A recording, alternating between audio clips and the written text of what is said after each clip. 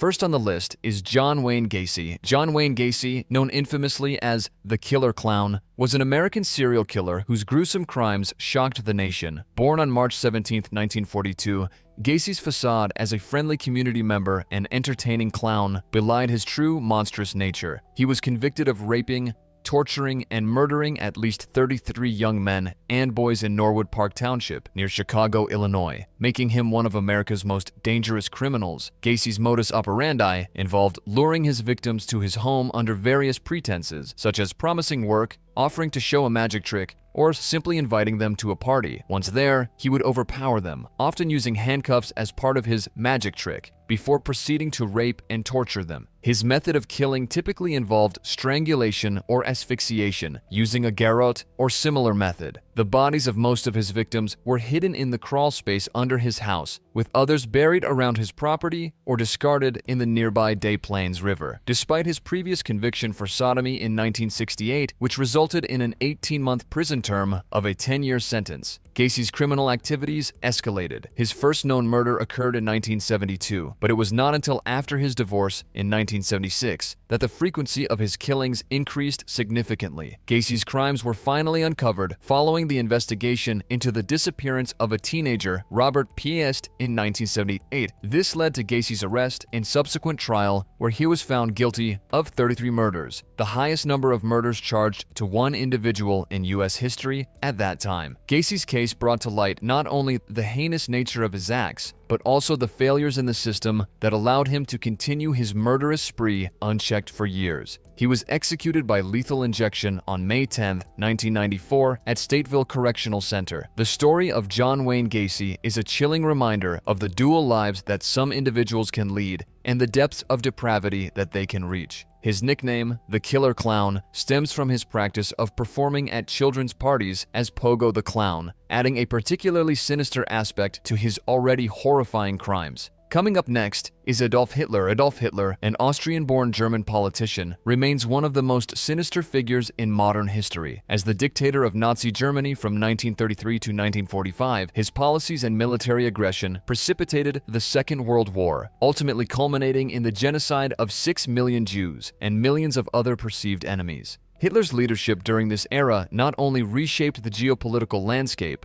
but also introduced a regime of terror that reverberated across continents. Born on April 20, 1889 in Braunau am Inn, Austria-Hungary, Hitler moved to Germany in 1913. He served with distinction during World War I and later ascended the political ranks to become the leader of the Nazi Party. His early attempts to seize power through the 1923 Munich Beer Hall Putsch, although initially unsuccessful, ultimately led to his rise as Chancellor in 1933 and then as Führer following President Paul von Hindenburg's death in 1934. This marked the beginning of the Third Reich, a period defined by its autocratic governance and aggressive expansionism. Domestically, Hitler implemented widespread racial laws that led to the systematic persecution and annihilation of Jews, Romani people, and other groups deemed undesirable. His regime was marked by the implementation of the Nuremberg Laws, Kristallnacht, and ultimately the Holocaust, a methodical slaughter unparalleled in human history. Internationally, his quest for more territory, or Lebensraum, living space, for the German people drove Nazi Germany's expansionist strategies, leading to the invasion of Poland in 1939 and triggering World War II. Hitler's foreign policies were equally devastating. The invasion of the Soviet Union in 1941 and the subsequent declaration of war against the United States pushed the Axis powers to their zenith, albeit briefly. By 1945, relentless pressure from Allied forces reversed these gains, leading to Germany's defeat and Hitler's eventual suicide in his Berlin bunker alongside his wife, Eva Braun. Historians and biographers, such as Ian Kershaw, have characterized Hitler as the embodiment of modern political evil, responsible for the deaths of millions and the instigator of the most destructive war in human history. His legacy is a stark reminder of the horrors that can ensue when absolute power is wielded without moral restraint. Next on the list is Jeffrey Dahmer. Jeffrey Dahmer, also known as the Milwaukee Cannibal, is one of the most notorious serial killers in American history. Born on May 21, 1960, Dahmer's crimes involved the murder, dismemberment, and cannibalization of 17 young men between 1972 and 1991. His horrifying acts not only shocked the world due to their gruesome nature, but also because of Dahmer's methodical approach to his killings. Dahmer's pattern of behavior began in his early 20s. His first murder occurred just 3 weeks after his high school graduation, a sign of the grim path his life would take. He would often lure his victims to his apartment with promises of money or sex, then drug them to incapacitate them. Once they were under his control, Dahmer would strangle them to death. What followed was a chilling routine of dismemberment and attempts to dispose of the bodies by dissolving them in acid or boiling them to remove flesh. What set Dahmer apart from many other serial killers was his morbid fascination with experimenting on his victims both before and after their deaths. He attempted to create zombies or submissive, eternally servile companions by drilling holes into his victims' skulls and injecting hydrochloric acid or boiling water into their brain cavities. These grotesque experiments reflect a deeply disturbed mind, driven by both a desire for control and an appalling lack of empathy. Dahmer's arrest in 1991 finally put an end to his brutal crime spree.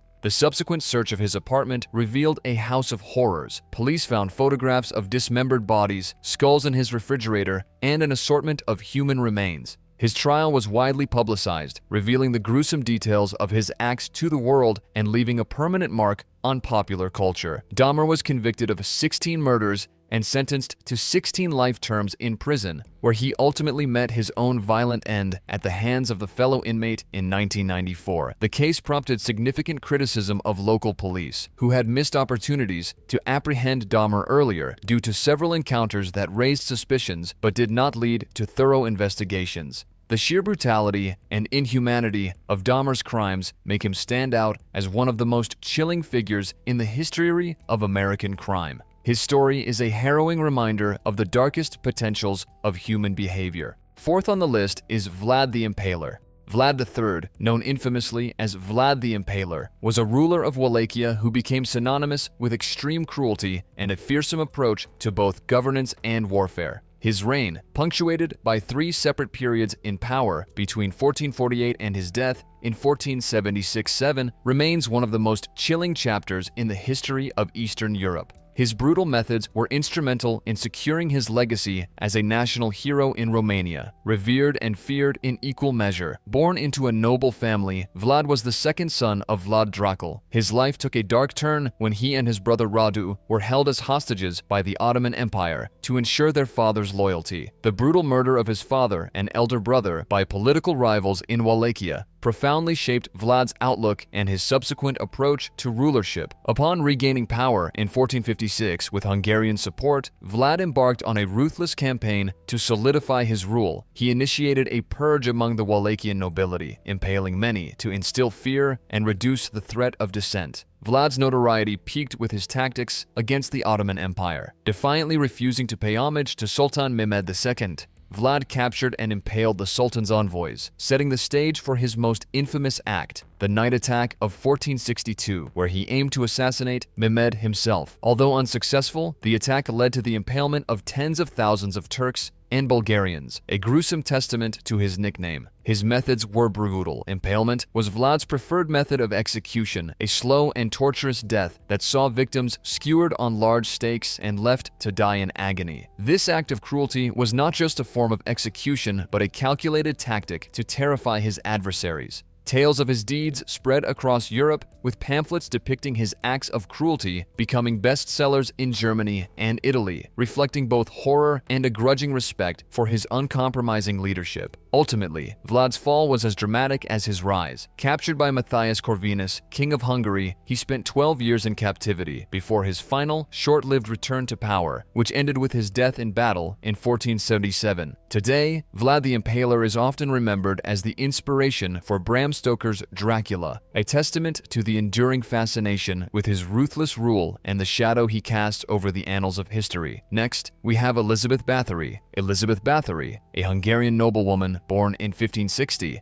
is often cited as one of the most prolific female serial killers in history. Dubbed the Blood Countess, her alleged crimes include the torture and murder of hundreds of young women. Bathory's story intertwines historical facts with folklore, painting a portrait of a figure shrouded in darkness and mystery. Elizabeth was born into one of the most prominent noble families in Hungary, which provided her with a powerful social status that she could wield without much oversight. Her infamous nickname originates from the legend that she bathed in the blood of virgins to retain her youth, although this element is widely considered a myth. However, the true horror lies in the well-documented accounts of her cruelty towards her servants, many of whom were teenage girls. The accusations against Bathory detail severe beatings, burning or mutilation of hands, biting the flesh off the faces and arms of her victims, and other forms of physical and psychological torture. The exact number of her victims is unknown, but it is often speculated to be as high as 650, based on the testimony of a servant during her trial. These alleged crimes were said to have been carried out at the Bathory family castle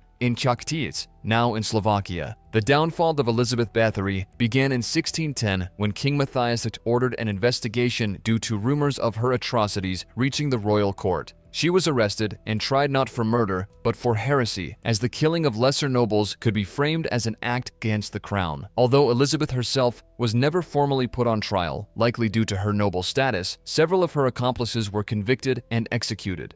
Elizabeth Bathory was confined to a room in her own castle, which was sealed from the outside, leaving only small slits for ventilation and the passing of food. She remained there for 4 years until her death in 1614. The trial and the testimonies were kept from the public initially, perhaps to protect the reputation of the nobility. Today, the legend of the Blood Countess continues to fascinate historians and horror enthusiasts alike, existing in a space where myth and reality intersect. Next on the list is Osama bin Laden. Osama bin Laden, born in Riyadh, Saudi Arabia, in 1957, was the founder of Al-Qaeda, the terrorist organization responsible for numerous high-profile attacks, most notoriously the September 11, 2001 attacks on the United States. These attacks not only resulted in the deaths of nearly 3,000 people, but also launched a global fight against terrorism that reshaped international policies and perceptions of security. Bin Laden hailed from a wealthy Saudi family connected to the construction industry, but he diverted from a path of privilege to one of militancy during the Soviet-Afghan War. Initially, he garnered respect and support for his role in funding and supporting the Mujahideen fighters in Afghanistan, but his views grew increasingly radical. By the late 1980s, bin Laden had formed Al-Qaeda with the goal of global jihad and the expulsion of foreign influences from Muslim countries.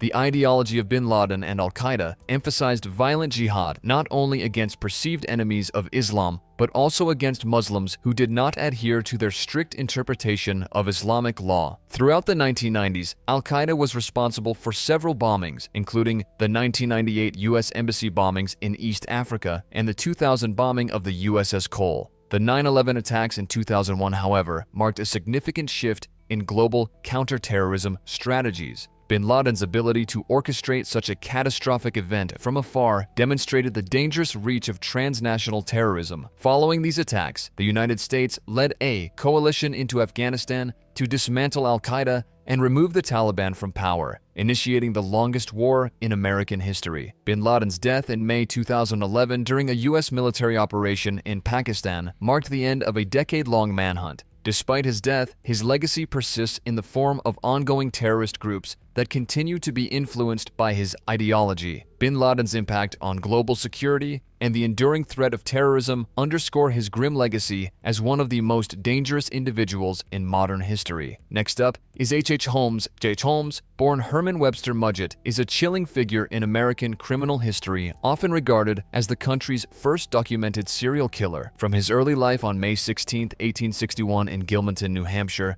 to his execution on May 7, 1896 in Philadelphia, Pennsylvania, Holmes's story is one of deceit, manipulation, and brutality. Holmes demonstrated high intelligence from a young age with a morbid curiosity in medicine that reportedly included experimenting on animals. His academic journey led him to the University of Michigan's medical school, where he was noted for his below-average performance and questionable behavior. After moving to Chicago in 1886, Holmes adopted the alias Dr. H.H. Holmes and began his infamous career as a swindler and murderer. In Chicago, Holmes constructed the Murder Castle, a building with a horrifying array of features designed for the sole purpose of facilitating his murderous activities. This building included soundproof rooms, trapdoors, secret passages, and a kiln large enough to cremate human bodies. Holmes's castle was strategically situated to attract young single women, whom he would seduce, rob, and eventually murder. His modus operandi often involved engaging to his victims and then killing them to seize their assets.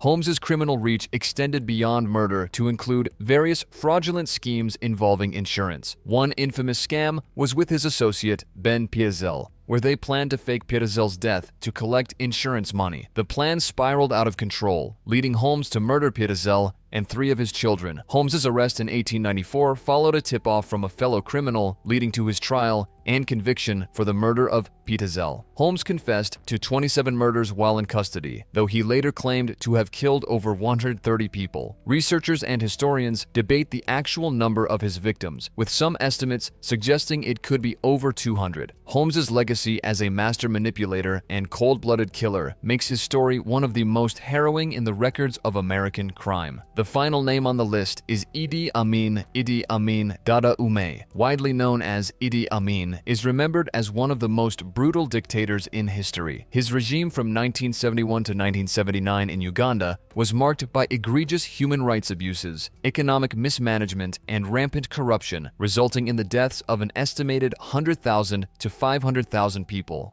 Amin's rise to power began in the military, where he served in the King's African Rifles of the British Colonial Army before climbing the ranks within the Ugandan Army post-independence. His military prowess, characterized by participation in operations against the Somali rebels and the Mau Mau in Kenya, positioned him as a key figure in Uganda's armed forces. However, it was through a military coup in 1971, prompted by fears of arrest for embezzlement, that Amin seized control from President Milton Obote, setting the stage for his reign of terror. Once in power, Amin's leadership style rapidly evolved from a charismatic, somewhat eccentric commander to a feared despot. He expelled Asian citizens, severing economic foundations and diplomatic ties with India. His initially strong relationships with Western and Middle Eastern countries soured as his unpredictable behavior and egregious policy decisions became apparent. Amin's alignment shifted towards Libya, the Soviet Union, and East Germany, reflecting his increasingly anti-Western sentiment. The domestic policy under Amin was even more harrowing, characterized by severe repression against ethnic communities and political adversaries. Extrajudicial killings, torture, and disappearances became tools of state policy. Amin's security apparatus operated with impunity, conducting purges that targeted real and imagined opponents, leading to a climate of fear that permeated all levels of society. His international notoriety peaked during the infamous hijacking crisis in 1976, when he supported the hijackers in the raid later countered by Israel's Operation Entebbe. This event profoundly damaged Uganda's international reputation. His attempt to annex Tanzania's Kagera region in 1978 prompted a military response that ultimately led to his downfall. Tanzanian forces, alongside Ugandan exiles, ousted Amin in 1979, forcing him into exile where he lived until his death in 2003. Idi Amin's legacy as a dictator is a stark reminder of the dangers posed by unchecked power and the profound impact such leaders can have on their country's history and people. Thanks for watching. If you enjoyed this video and want to dive deeper into history's chapters, make sure to subscribe, like, and comment. Don't forget to turn on notifications to catch all our latest content. See you in the next video.